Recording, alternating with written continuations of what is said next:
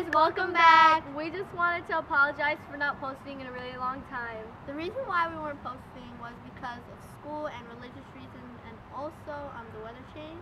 But we just wanted to thank you guys for sticking with us and being patient. We have a guest with us today who's going to be dancing. So everyone, welcome Mitzi. So this is one of our best friends, and she's going to be dancing with us today, and we hope you enjoy it. So let's get started.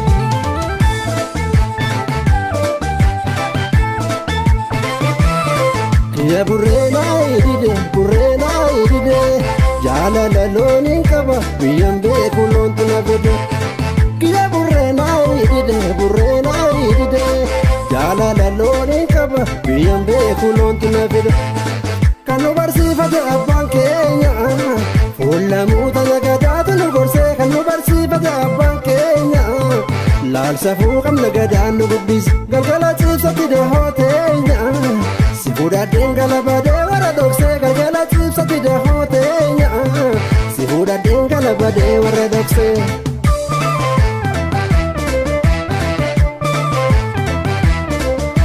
Anuba tutongala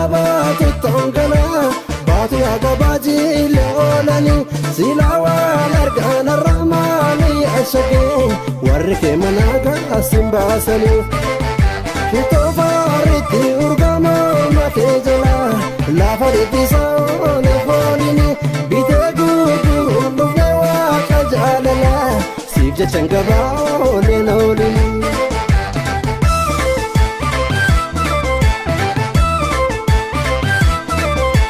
Gadi soda jala kanteyu Jalala malele jibrumbelu Jila tore como basa Rabbi tu khenne tolche badasa Gadi soda jala kanteyu Jalala malele jibrumbelu Jila tore como basa Rabbi tu khenne tolche badasa